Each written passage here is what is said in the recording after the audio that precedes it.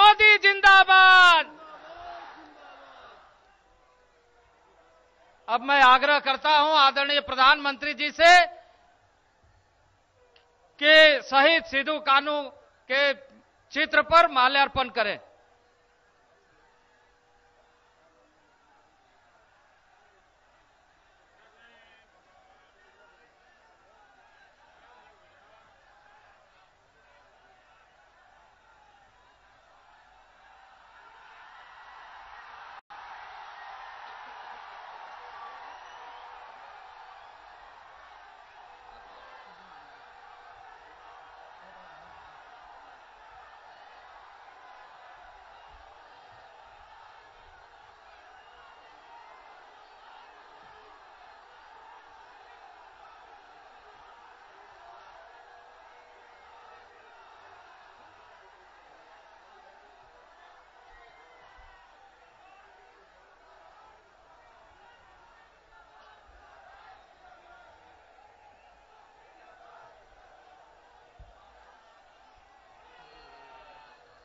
सिद्धू कान्हू,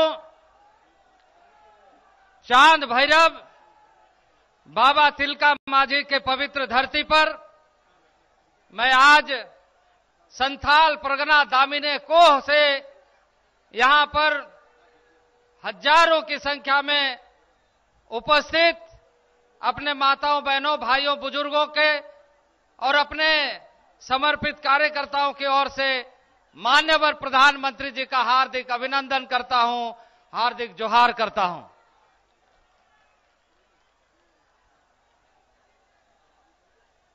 आज हम सबका सौभाग्य है कि अपने बीच आदरणीय प्रधानमंत्री नरेंद्र भाई मोदी झारखंड के इस दामिनी को संथाल परगना के इस मुख्यालय में पहली बार पधारे हैं। चुनाव से पहले अपने बीच जरमुंडी में आए थे, लेकिन दुमका की धरती पर यहां पर पहली बार पधारे हैं। मैं झारखंड के इस संथाल परगना इलाके के तमाम जनता की ओर से उनका हार्दिक अभिनंदन करता हूं, स्वागत करता हूं।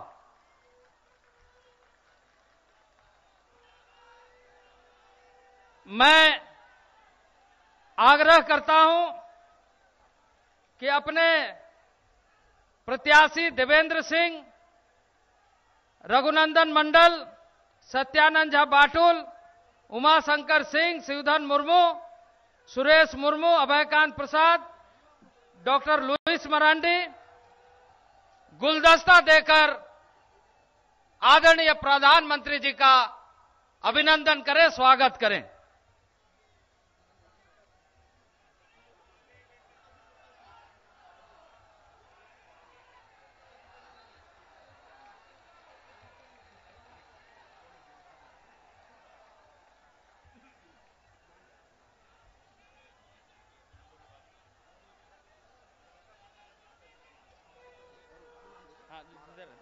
इनको विधायक लोग को पहले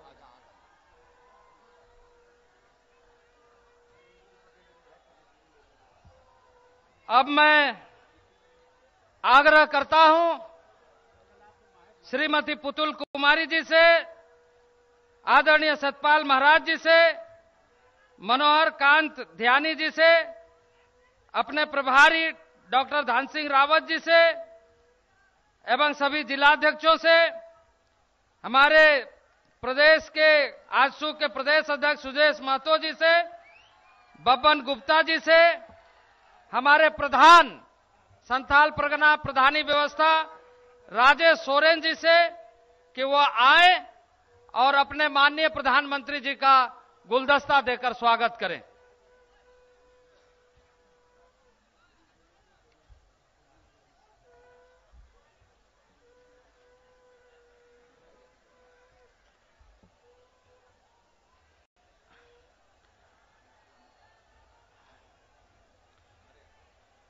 अब मैं आग्रह करता हूं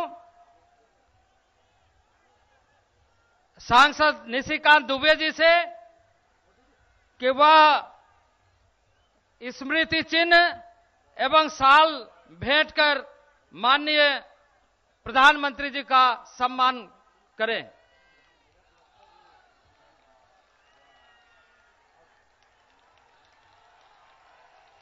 अब मैं आग्रह करता हूं लुइस मरांडी जी से, जो दुमका के प्रत्याशी हैं, कि वो अपने पारंपरिक वस्त्र से उनका अभिनंदन करें।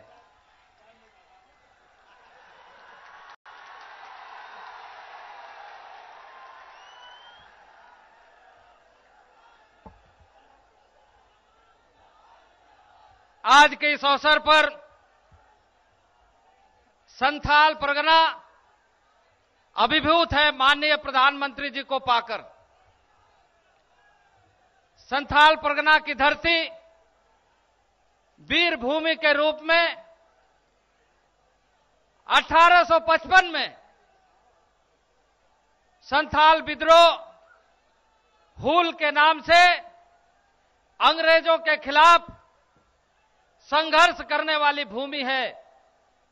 सिद्धू कान्हूचांद भैरव के नेतृत्व में जहां 1855 में 30,000 संथालियों का नेतृत्व करते हुए अंग्रेजों का विद्रोह करते हुए अंग्रेजों को चना चबाने का और अंग्रेजों का छक्का छुड़ाने का काम किया था, वैसे धरती पर माननीय प्रधानमंत्री जी आज हमारे बीच पधारे हैं।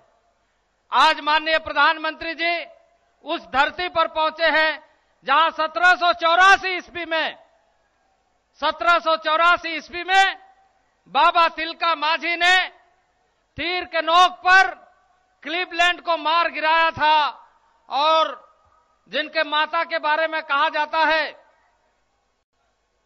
कि जब अंग्रेजों के द्वारा इस क्षेत्र को शोषण करने की और यहां के लोगों के ऊपर शोषण किया जा रहा था, तो बाबा तिलका माझी ने अपने मां से जाकर पूछा कि ऐसे अंग्रेज हुकूमत जो हमारे ऊपर शोषण करना चाहते, अधिकार जमाना चाहते हैं, तो उन्होंने कहा था कि जाओ, अगर खरवार वंश के कोख से पैदा लिए हुए हो तिलका, तो जाकर के क्लीवलैंड को मार करके लौट के आना, ऐसे लौट करके मत आना। उस धरती पर आज माननीय प्रधानमंत्री अपने बीच पहुंचे हैं। मैं निश्चित रूप से आप सभी जनता की ओर से उनका बहुत बहुत अभिनंदन करता हूं। तेहज हेज सेटेरा खान, सोहर सेटेरा खान, अतु दिसोम खोन, अड़ी अड़ी संगीन कौन हेज सेटेरा खान बोया और मिसेरा को अब नवा हसारे तेहकिन हेज सेटेरा खान दिसोम रेन गोम के आदरणीय प्रधानमंत्री अब अड़ी दिन खोन नवा उयर ताहे कना मोने ताहे कना जाबोरेन प्रधानमंत्री नोडे हिजुग मा मेनते मेनकान तेहे नवा समय सेटेरा कना, नवा ओक्तो सेटेरा कना।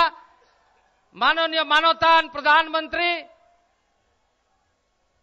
तेहन अबो तला रेकिन हेज सेटेरा कना, अबो दामिने को और संथाल परगना रेन बोयार मिसी को पाटा खोन अड़ी अड़ी सराव, अड़ी अड़ी अभिनंदन और आले पाटा खोन जोतो तरफते जोहार।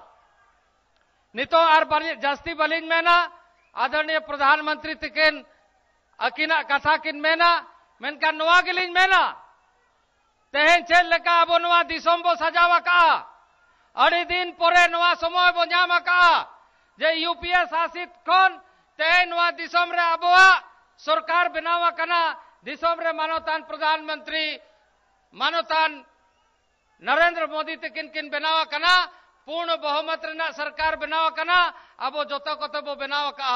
नवा झारखंड पोनत खोन 14 टी से 12 टी सांसद नोडे खोन बो भेजा काट कोआ, ओना मेनते तेहज प्रधानमंत्री किन बनावा कना।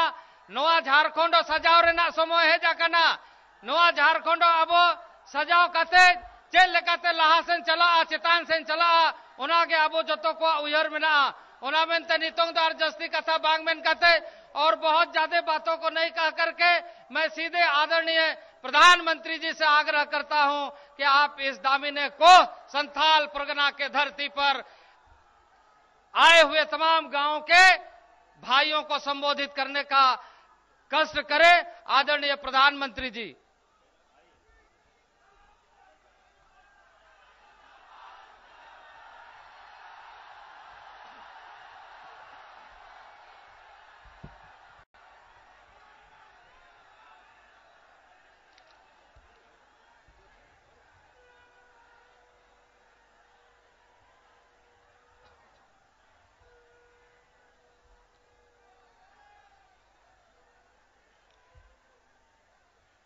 बोयहा आर मिश्रा को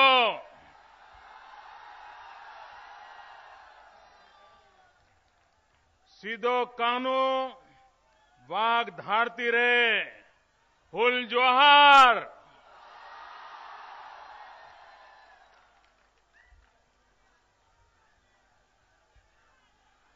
मंच पर विराजमान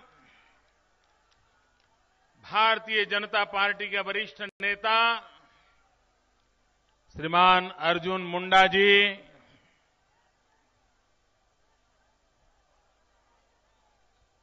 यहां पर जिन्होंने सांस्कृतिक जागरण के लिए अपना जीवन खपाया हुआ है, ऐसे पूज्य सतपाल जी महाराज, श्रीमान सुदेश महतो जी, हमारे सांसद भाई निशिकांत दुबे जी, श्री जेपीएनसी पूर्व सांसद, हमारे पूर्व सांसद आदरणीय पुतुल कुमारी जी, जिनके पति का काम श्रीमान दिग्विजय सिंह जी का आज भी इस क्षेत्र के कुछ भूभाग में बहुत ही लोग याद करते हैं। श्रीमान बब्बन गुप्ता जी, श्री दिनेश दत्ता जी, श्री नवल राय जी, भारतीय जनता पार्टी की हमारी जुझारू बहन और उस चुनाव में भारतीय जनता पार्टी के उम्मीदवार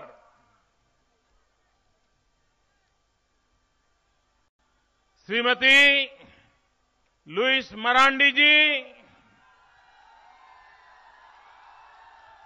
जामा के प्रत्याशी सुरेश मुर्मू जी, जरमुंडी के प्रत्याशी अभयकांत प्रसाद जी, नाला के प्रत्याशी सत्यानंद झा जी, जामताड़ा के प्रत्याशी वीरेंद्र मंडल जी, सारठ के प्रत्याशी उदय शंकर सिंह जी, गोंडा के प्रत्याशी रघुनंदन मंडल जी, पोड़ैया हाट के उम्मीदवार श्री देवेंद्र नाथ सिंह, शिकारीपाड़ा के उम्मीदवार शिवधन मुर्मू जी, श्रीमान राजेश सोरेन जी, मंच पर विराजमान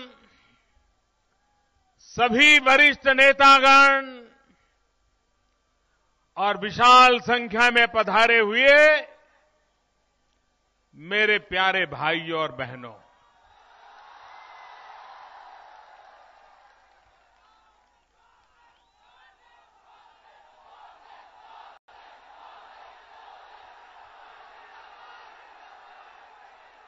ये संथाल परगना की धरती है।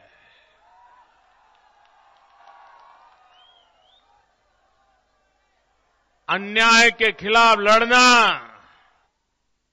ये यहां का सामान्य स्वभाव है।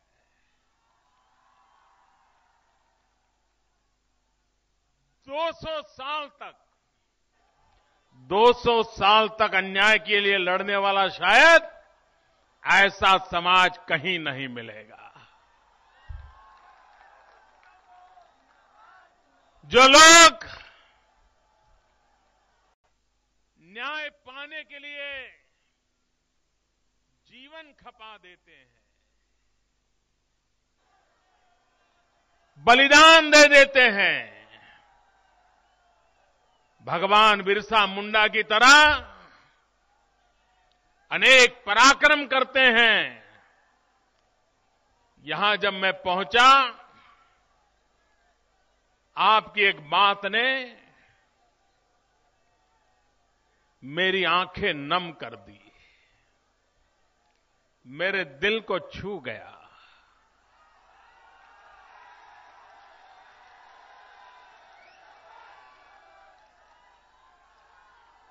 मैंने ढेर सारी सभाएं की, हजारों सभाएं की है, लेकिन यहां जो आपने लिखा है ऐसा मैंने कहीं नहीं देखा। आपने लिखा है आपको हमारी उम्र लग जाए।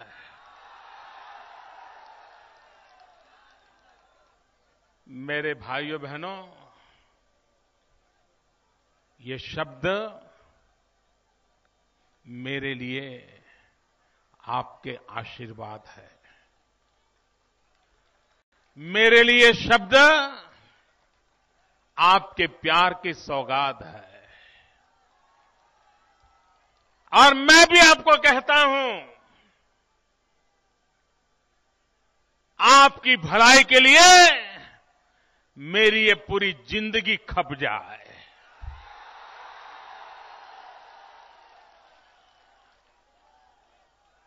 ये जीवन, ये शरीर, ये पद, ये प्रतिष्ठा, ये सब कुछ मेरे गरीब आदिवासियों के लिए काम आए, उनके कल्याण के लिए काम आए। मुझे ये आशीर्वाद दीजिए आप लोग मुझे ये आशीर्वाद दें ताकि मैं जीवन भर आपकी सेवा में लगा रहूं, आपके कल्याण में लगा रहूं। भाइयों बहनों, हो गया। आपने बहुत बढ़िया चित्र बनाया, मैं आपका आभारी हूं भैया, थैंक यू। अब नीचे रखिए, पीछे वालों को दिखता नहीं है। मोदी को वहां बिठा दीजिए।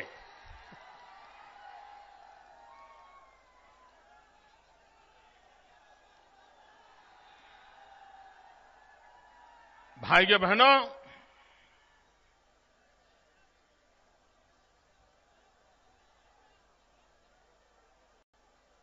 मुझे ये बताइए, ये हमारा सांथाल परगना, ये हमारा आदिवासी समाज भगवान राम के जमाने में था कि नहीं था? पूरी ताकत से बताइए। वहां दूर सुनाई दे रहा है, वहां मीलों तक दूर लोग बैठे हैं जी। मुझे बताइए, भगवान राम के जमाने में आदिवासी था कि नहीं था? कृष्ण के जमाने में था कि नहीं था? बिरसा मुंडा के जमाने में था कि नहीं था? आजादी की लड़ाई में था कि नहीं था? आजादी के बाद था कि नहीं था? था ना? कांग्रेस वालों को पता नहीं था।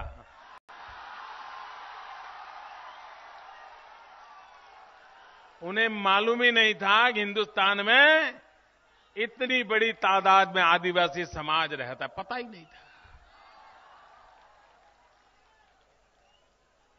50 साल तक कांग्रेस की सरकारें चलती रही, लेकिन किसी कांग्रेसी सरकार को ये याद नहीं आया कि हमारे देश में आदिवासियों के कल्याण के लिए अलग से सोचना जरूरी है। अटल बिहारी वाजपेयी की पहली सरकार बनी, जिस सरकार ने आदिवासियों के लिए अलग मंत्रालय बनाया, आदिवासियों के कल्याण के लिए अलग बजट रखा, आदिवासियों के कल्याण के लिए अलग आदिवासी मंत्री रखा और एक पूरी सरकार के अंदर आदिवासियों के कल्याण के लिए अलग व्यवस्था खड़ी कर दी। कांग्रेस के लोगों को आपकी याद नहीं आई। यहां के आपके कई नेता हमेशा कांग्रेस के पिछलग्गू बनकर के ही अपनी राजनीति करते रहे हैं। कांग्रेस सरकारों में मंत्री बन चुके हैं, लेकिन उनको कभी आदिवासियों की याद नहीं आई थी। भाइयों बहनों, आजकल हमारे खिलाफ जो मैदान में है, उनके पास मोदी सरकार के खिलाफ कहने के लिए कोई मुद्दा ही नहीं है। कहे तो क्या कहे, कुछ बुरा नहीं किया, कुछ गलत नहीं किया, परिवार वालों का भला नहीं किया, सिर्फ देश के जनता का भला करने के लिए काम में लगे रहे। और इसलिए अब चुनाव में सभा है, मीडिया वाले आए हैं, लोग तो आते नहीं हैं, थोड़े बहुत आ जाते हैं, क्या बोले। और इसलिए क्या करते हैं, रोज रात को मीटिंग करते हैं, मीटिंग करके तय करते हैं कि कल कौन सा झूठ बोला जाए, कल कौन सी एक अफवाह फैलाई जाए, कल ऐसी क्या बात करें ताकि भले भोले मतदाता गुमराह हो जाए। रोज रोज नए खेल चल रहे हैं। आदिवासियों को कहा जा रहा है कि मोदी सरकार आपकी जमीन ले लेने वाली है। भाइयों बहनों, इस देश में न कोई माई का लाल पैदा हुआ है और न ही कोई पैदा हो सकता है जो आदिवासियों के हकों को छीन सके, आदिवासियों की जमीन को छीन सके। अरे इतना ही नहीं, पूरे हिंदुस्तान में जहां जहां भारतीय जनता पार्टी की सरकारें बनी है, सबसे ज्यादा जहां आदिवासी जनसंख्याएं हैं, वहां के आदिवासियों ने कांग्रेस को, कांग्रेस के झूठ को नकार दिया है, भाजपा विरोधियों के झूठ को नकार दिया है और भाजपा की सरकारों को बनाया है। आप महाराष्ट्र देखिए, वहां आदिवासी जनसंख्या है, अभी अभी वहां के आदिवासियों ने भाजपा की सरकार बना दी। मध्य प्रदेश, जहां सर्वाधिक आदिवासी हैं, आदिवासियों ने लगातार 15 साल से भाजपा की सरकार बनाई है। गुजरात में आदिवासी हैं, पिछले 20 साल से 22 साल से लगातार गुजरात में आदिवासियों ने भाजपा की सरकार बनाई है।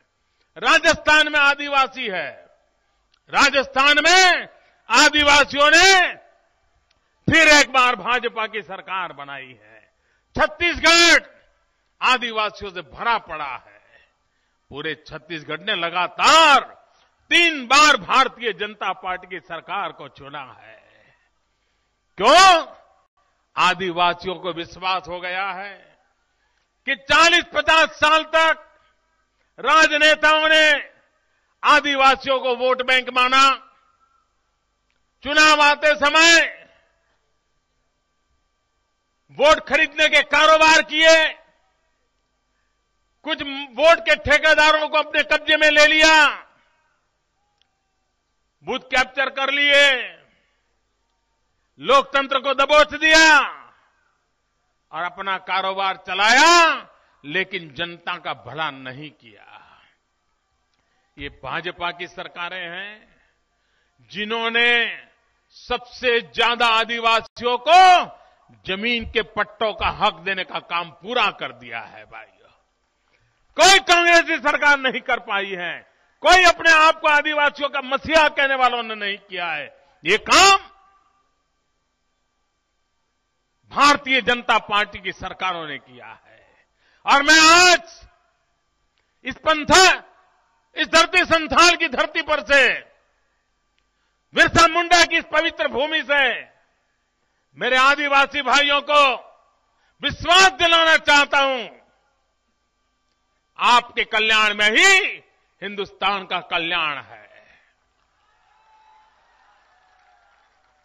मुझे बताइए, आप कितने ही तंदुरुस्त क्यों न हो, 6 फुट ऊंचाई हो, बहुत सरस बढ़िया शरीर हो, लेकिन अगर एक हाथ आपका बीमार हो, लकवा मार गया हो, ढीला ढाला हो, तो उस शरीर को स्वस्थ मानेंगे क्या? आप 6 फुट के हो, कद्दावर दिखते हो, लेकिन एक आंख नहीं काम कर रही तो उसको मजबूत मानोगे क्या? पूरा शरीर मजबूत होना चाहिए कि नहीं होना चाहिए? पूरा शरीर मजबूत होना चाहिए कि नहीं होना चाहिए? अगर हमारा देश 125 करोड़ लोग, अगर उसमें मेरा आदिवासी समाज दुर्बल होगा तो देश कहां से मजबूत होगा? और इसलिए अगर देश मजबूत होना है तो 125 करोड़ देशवासियों को भी मजबूत होना है। 125 करोड़ देशवासियों को मजबूत होने का मतलब है जंगलों में रहने वाला मेरा आदिवासी भाई सबसे पहले मजबूत होना चाहिए, वो पैरों पे खड़ा होना चाहिए, उसको रोजी रोटी के लिए भटकना न पड़े, सम्मान के साथ जीने का अवसर मिले, उसके नौजवान को काम मिले, ऐसी समाज की रचना होनी चाहिए। और इसलिए भारतीय जनता पार्टी आज आपके पास आशीर्वाद मांगने के लिए आई है। भाइयों बहनों,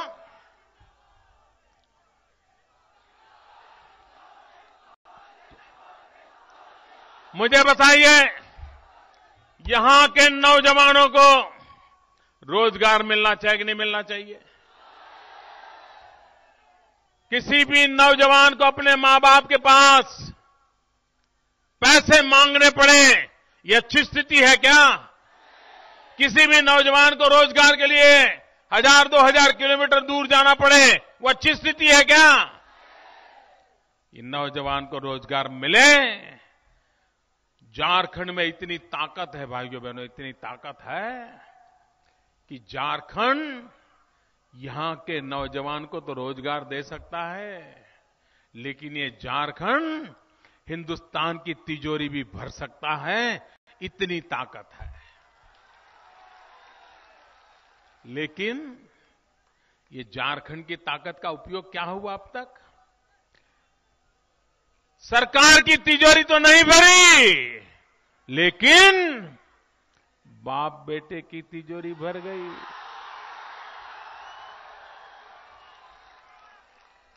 राजनेताओं की तिजोरियां भर गई। भाइयों बहनों, ये तिजोरी जो है ना सरकार की, उन सरकार की तिजोरी पर अगर किसी का हक है तो मेरे देश के गरीबों का हक है, मेरे देश के गरीबों का। लूट करने वालों का हिंदुस्तान की तिजोरी पर कोई हक नहीं है मेरे भाइयों बहनों। और इसलिए मैं दिल्ली में प्रधानमंत्री के रूप में नहीं, चौकीदार के रूप में बैठा हूं।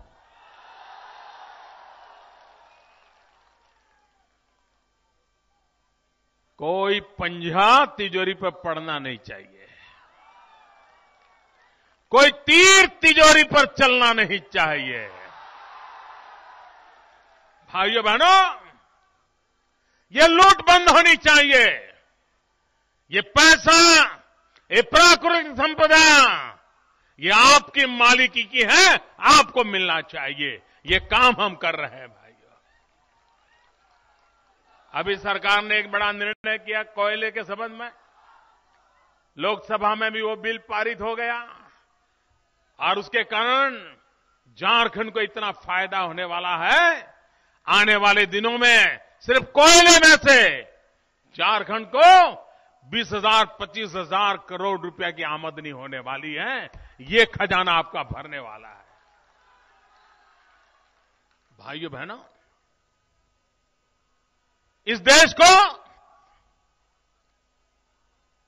अगर कोई समृद्ध से समृद्ध प्रदेश मिला है। परमात्मा ने सबसे समृद्ध प्रदेश कोई बनाया है तो प्रदेश का नाम है झारखंड।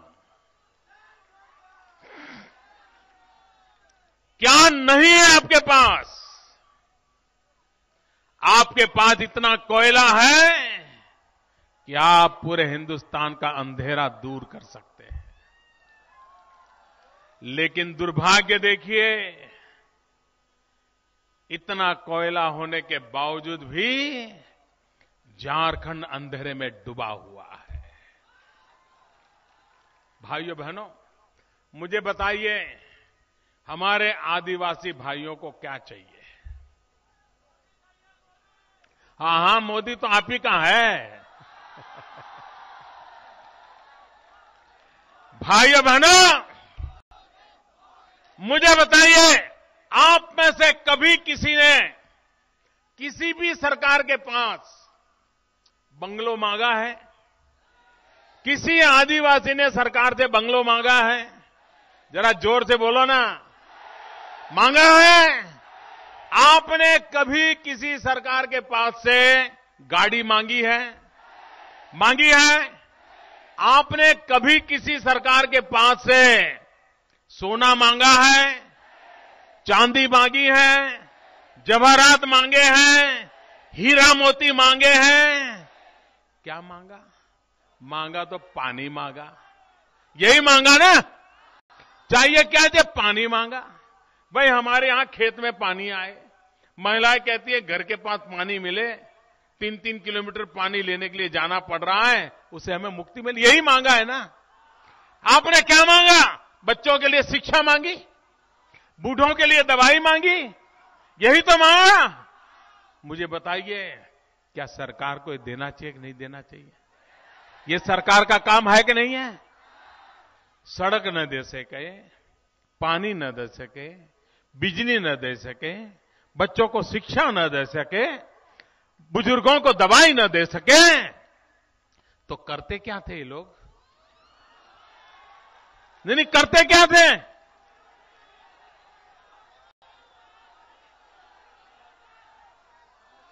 यही ना? यही हो रहा। लूटो, दोनों हाथ से लूटो, जो हाथ लगे वो लूटो। यही चला है ना? ये लूट बंद करने के लिए ही तो आपने मुझे आशीर्वाद दिया है। भाइयों बहनों, हमें झारखंड को नई ऊंचाइयों पर ले जाना है। झारखंड में 4 मतदान के चरण पूरे हुए हैं। 4 चरण पूरे हो गए हैं और 4 चरण में जो मतदान किया है, आपने 4 चांद लगा दिए हैं। और भारी मतदान किया है। विरोधियों के विरोधों के बावजूद भी मतदान किया है। इतना ही नहीं, मेरे भाइयों बहनों, आपने 4 चरण के मतदान में साफ कर दिया है कि बहुत सालों के बाद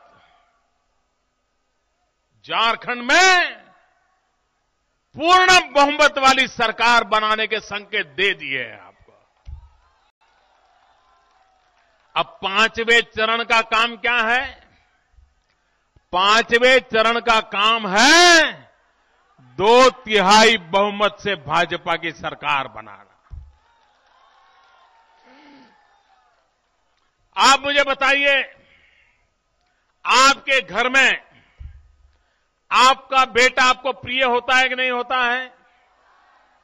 कितना ही प्रिय क्यों न हो, आपका अपना क्यों न हो, आपका उसके प्रति बहुत लगाव भी क्यों न हो, लेकिन गलती करे तो कोई मां उसको लड्डू देती है क्या?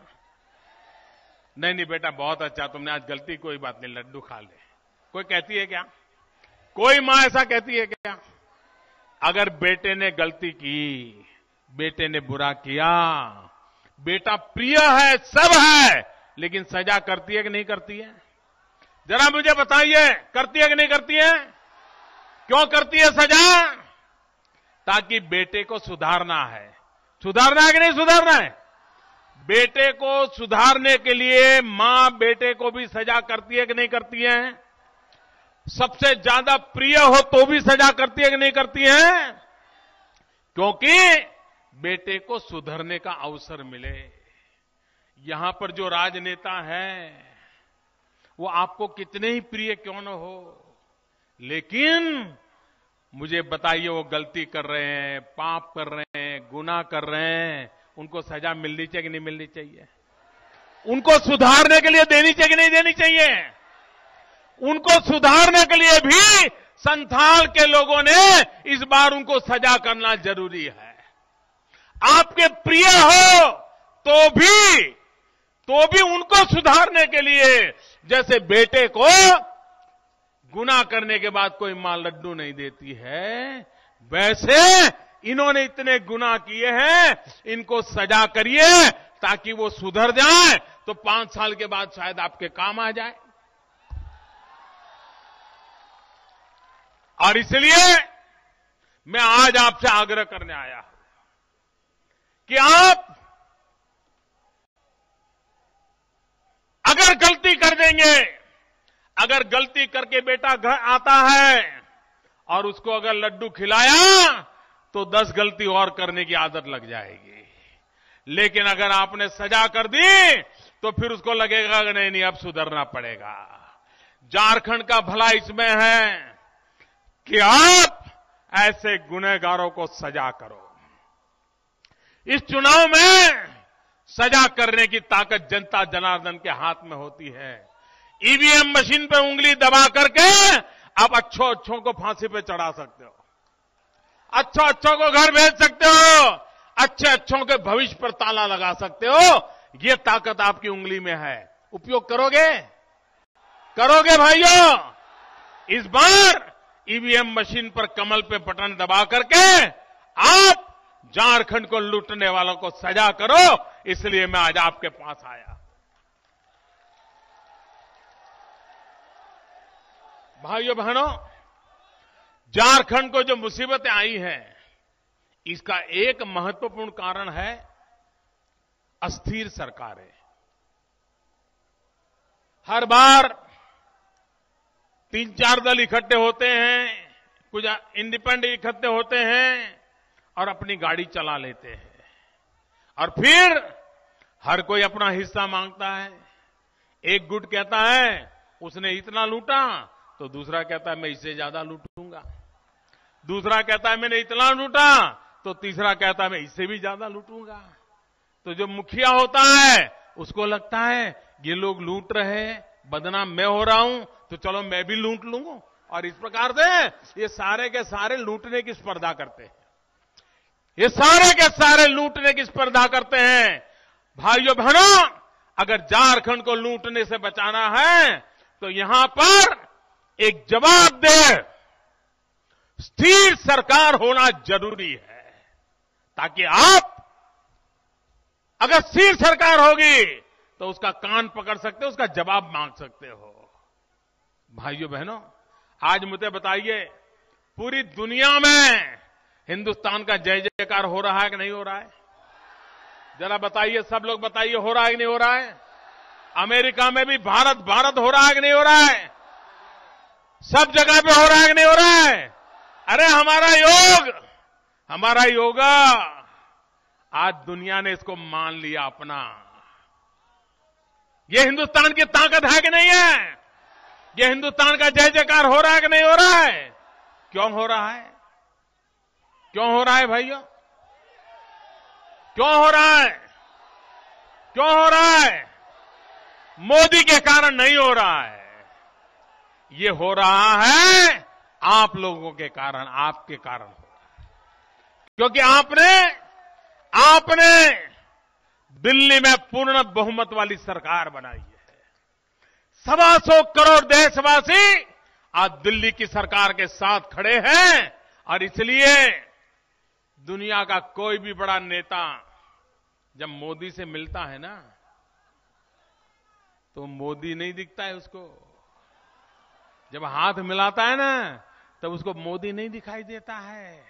जब हाथ मिलाता है तो उसे 125 करोड़ हिंदुस्तानी दिखाई देते हैं, और तब जाकर के उसको ताकत का पता चलता है। और इसलिए मेरे भाइयों बहनों, क्या झारखंड का भी जय जयकार चाहते हो? झारखंड का भी जय जयकार होना चाहिए कि नहीं होना चाहिए? हिंदुस्तान भर में होना चाहिए कि नहीं होना चाहिए? दुनिया में होना चाहिए कि नहीं होना चाहिए? तो झारखंड में भी पूर्ण बहुमत वाली सरकार चाहिए। बनाओगे पूर्ण बहुमत वाली सरकार? और इस बार संथाल परगने की विशेष जवाबदारी है।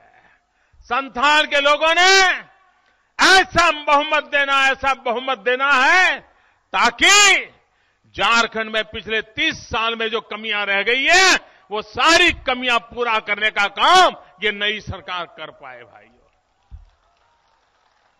अब झारखंड की उम्र 14 साल हो गई है। बच्चा जब 14 साल का होता है तो कितना महत्व होता है मालूम है ना? बहुत संभालना पड़ता है ना।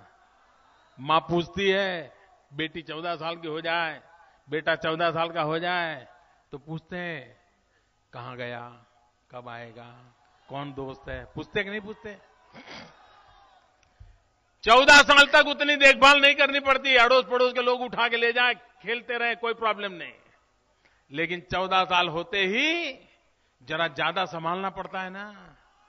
झारखंड की उम्र भी 14 साल हो गई, ज्यादा संभालना चाहिए कि नहीं संभालना चाहिए? अच्छे से अच्छी परवरिश अब होनी चाहिए कि नहीं होनी चाहिए? ये 14 से 19 साल की उम्र, ये बड़ी महत्वपूर्ण उम्र है। अगर ये 5 साल झारखंड की परवरिश अच्छी हो गई तो 100 साल तक कभी झारखंड की तरफ देखना नहीं पड़ेगा भाई। 100 साल तक देखना नहीं पड़ेगा। और इसलिए ये चुनाव 5 साल का भविष्य तय करने के लिए नहीं है। ये चुनाव 100 साल के भविष्य की मजबूत नींव डालने के लिए है। और इसलिए मैं आज आपके पास आया हूं। मेरे भाइयों बहनों, ऐसी जनसभा संबोधित करने के लिए भी ईश्वर के आशीर्वाद लगते हैं। एक तरफ ईश्वर के आशीर्वाद और दूसरी तरफ जनता जनार्दन के आशीर्वाद। भाइयों बहनों, ये भारत के उज्जवल भविष्य की निशानी है। मेरे भाइयों बहनों, झारखंड के उज्जवल भविष्य की निशानी है। भाइयों बहनों, आपने मुझे जो प्यार दिया है, मैं ये प्यार को कभी बेकार नहीं जाने दूंगा। आपने मुझे जो प्यार दिया है, उसे मैं ब्याज समेत लौटाऊंगा, ब्याज समेत लौटाऊंगा। और वो विकास करके लौटाऊंगा। भाइयों बहनों, विकास करके लौटाऊंगा। हमारी सारी समस्याओं का समाधान विकास में है।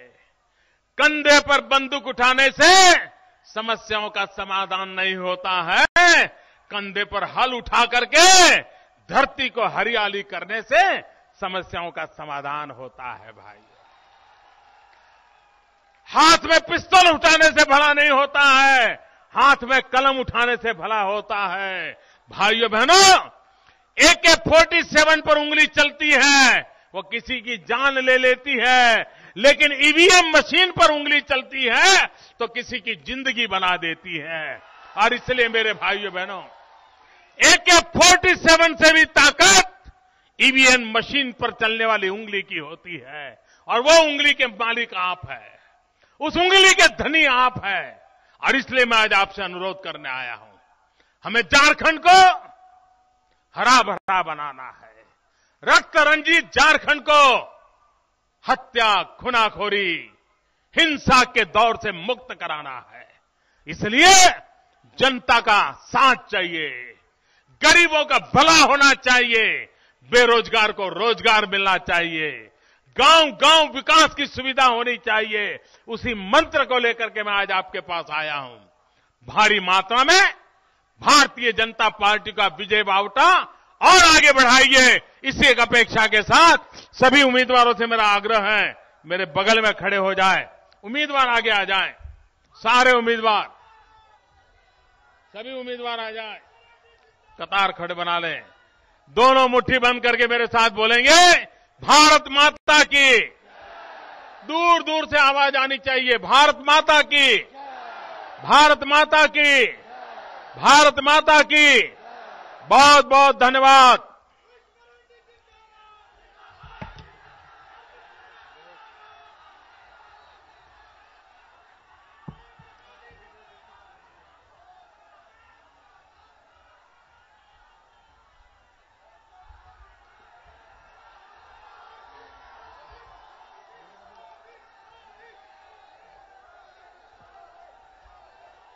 अब मैं आग्रह करता हूं लुइस मरांडी जी से कि वो धन्यवाद ज्ञापन करें।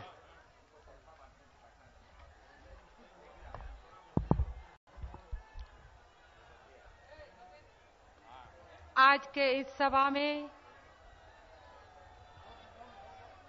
अपने प्रधानमंत्री भाई नरेंद्र मोदी जी अपना बहुमूल्य समय देके अपने बीच में आए और आप सबों को संबोधन किए हैं। मैं उनके लिए अपने तहे दिल से धन्यवाद देती हूं कि अपना समय देके आपके बीच में आए और इस जनसैलाब को